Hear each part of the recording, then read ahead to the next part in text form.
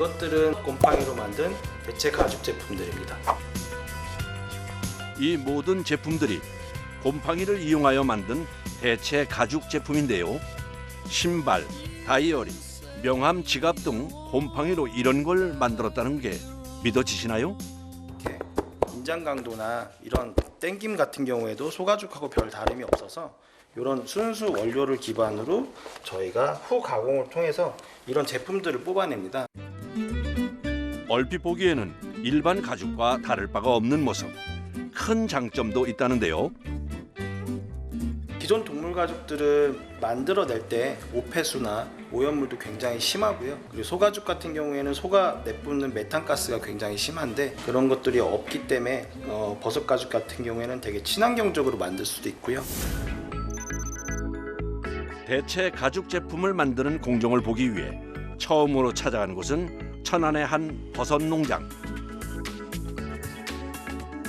1년에 100톤 정도의 버섯을 생산한다고 합니다. 버섯을 재배하는 곳이에요. 그 버섯은 곰팡이잖아요. 곰팡이를 이용해서 버섯도 재배하지만은 그다음에 곰팡이를 이용해서 가죽도 만들어요. 가죽을 만든다고요? 네네네. 버섯은 곰팡이 중에 제일 맏형이에요. 진화가 많이 돼 있죠. 아, 그럼 버섯 입구로 곰팡이예요? 그렇죠. 버섯 입구로 곰팡이에요. 버섯은 생물학적으로 곰팡이류에 속합니다. 버섯은 우리가 흔히 먹는 간 모양의 자실체와 뿌리 부분 같은 균사체로 구분이 되는데요. 대체 가죽을 만드는 부분은 바로 솜털 모양의 가는 실 같은 균사체 부분입니다. 이 균사체는 엄청난 흡수력과 번식력을 가지고 있다고 하네요. 균사체 가죽을 얻기 위한 첫 번째 작업은 바로 균사체를 키울 수 있는 집을 만들어주는 과정인데요. 그 집을 배지라고 합니다. 톱밥, 미강, 소맥피, 폐화석, 탄산칼슘 등을 잘 혼합하여 버섯이 먹을 영양분을 만들어줍니다.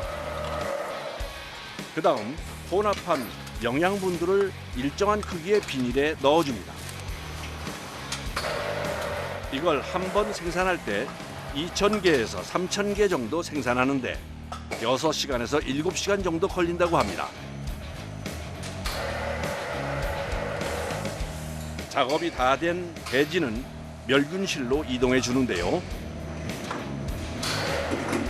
수박 속에는 여러 가지 균들이 많아요. 세균과 곰팡이 이런 것들이 많아서 멸균해야만이 이제 버섯 곰팡이만 잘 키울 수가 있게 되죠. 버섯은 산소와 습도, 온도에 민감하기 때문에 계속 관리해야 하는 어려움이 있다고 하네요. 105도에서 한 8시간에서 10시간 정도 합니다. 멸균이 진행되는 동안 균사체 가죽을 만들기 위한 곰팡이 배양을 해야 하는데요. 수많은 종류의 버섯 중 가죽을 만드는 버섯 종류는 따로 있다고 합니다. 가죽을 만드는 버섯류는 이렇게 연기버섯이 있어요. 상황버섯이나 아니면 이제 말굽버섯이나 그러니까 딱딱한 버섯들 있죠. 그런 버섯을 가지고 이제 가죽을 만드는 거죠. 부드러운 버섯은 조직감이 치밀하지 않기 때문에 이게 찢어지고 견고하지 않아서 본격적인 배양 작업의 시작입니다. 영지버섯의 곰팡이균을 추출할 때는 신중해야 하는데요. 다른 곰팡이류가 들어가지 않게 불로 멸균 작업은 필수입니다. 다른 곰팡이가 들어가면 균사체 가죽의 질이 떨어진다고 하네요. 인큐베이터에다가 24도로 맞춰주는 인큐베이터에다가 배양을 합니다. 한 2주 정도 되면 이렇게 많이 뭉치게 됩니다. 균사체가. 이 균사체에 대량의 물을 투입하여 한 달 정도 더 배양을 한다고 합니다. 균사체의 양을 늘리는 방법이라고 하네요. 이제 마지막으로 배지에 균사체를 접종하는 작업입니다.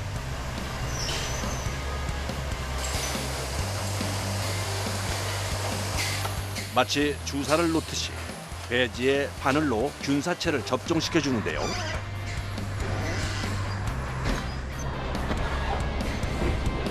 사람에 대한 오염을 최대한 줄이기 위해 직접 개발한 기계라고 하네요.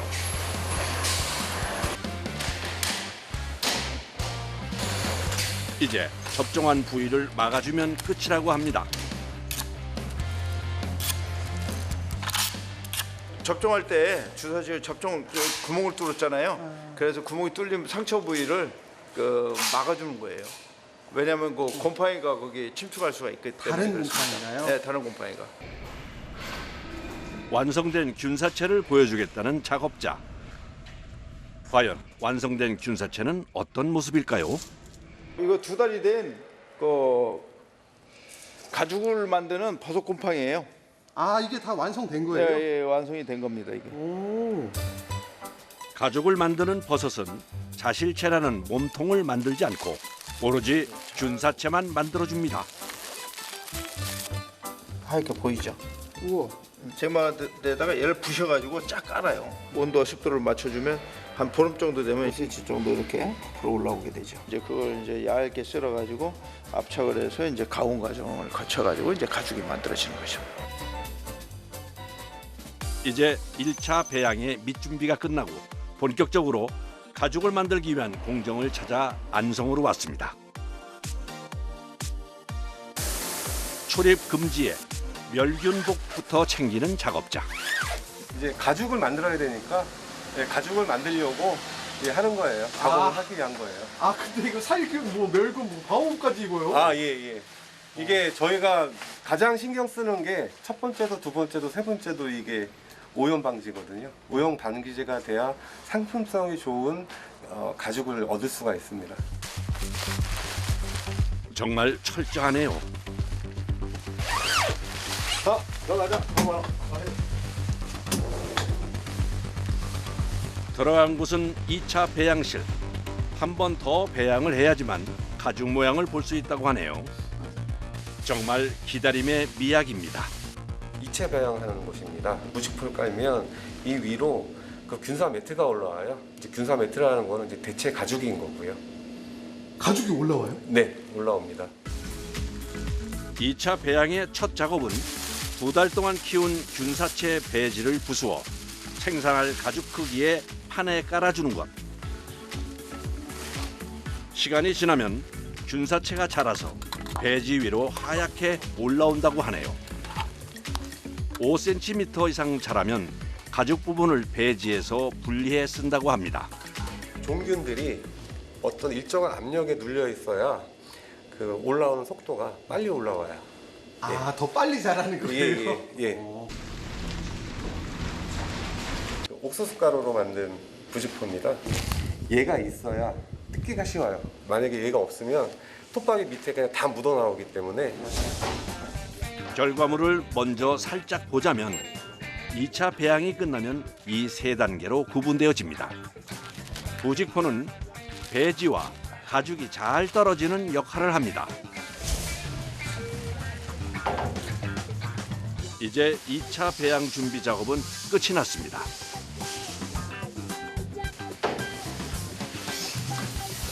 가죽이 지금 이거 넓이만큼 나오는 거예요? 네. 이게 45cm에 85cm인데 45에 85cm인데 정확하게 이 사이즈로 나옵니다. 제가 이렇게 붙여서 종균을 이제 저희가 균사 매트를 키우면 얘네들이 같이 올라와서 붙어버려요. 접착이 돼요.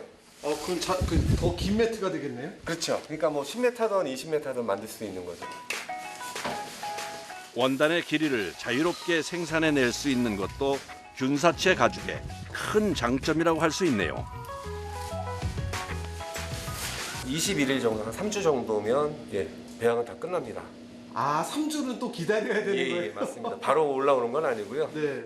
양질의 가죽을 얻기 위해 환경에 대한 정보를 센서를 통해서 모으고 실내 공기질 등을 관리하는 프로그램을 개발하여 사용하고 있다고 합니다. 아, 덥지 않냐? 그러니까 여기 들어가기 전에 시작해서 다시 나올 때까지 저희 계속 이제 그 멸균, 살균, 그 다음에 오염되지 않은 오염 방지를 계속 하고 있거든요. 그 부분이 제일 힘들어요. 뽀얗게 올라오는 균사체들. 과연 가죽 형태로 잘 나올 수 있을까요? 3주의 시간이 흘렀습니다. 잘 됐을 거예요. 믿고 한번 들어가 보시죠. 긴장되는 마음으로 작업물을 확인해 보는데 빵처럼 잘 부풀어 올라와 있습니다. 잘 나왔죠? 흑색이었던 톱밥도 어느새 하얗게 변했네요. 틀에서 떼어내는 작업도 가죽이 손상되지 않게 신중에 신중을 기합니다. 마치 고무 매트 같은 모습이네요. 여기가 이제 배지고요. 저번에 입상했던 배지고 요 안이 부직포고 여기서부터 여기까지가 균사 매트예요. 15mm 정도. 아, 15mm 정도요? 가죽의 두께가 꽤 두꺼운데요. 이대로는 쓸 수 없고 후 가공을 거쳐 압착을 한 후에 쓸 수 있다고 하네요. 이제 배지에서 가죽을 떼어내기 위한 작업을 해야 합니다. 날카로운 칼날로 조심스럽게 연결 부위를 잘라내 주는데요. 앞으로 닿으세요. 아직도 톱밥의 흔적이 남아있네요.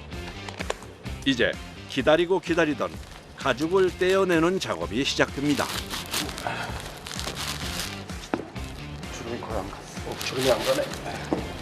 됐어. 우와. 떼어낸 모양새가 진짜 가죽과 별반 다르지 않네요. 또 가죽 부분만이 아니라 배지 부분도 다시 사용한다고 하는데요. 그리고 얘는 또 두세 차례를 더 씁니다.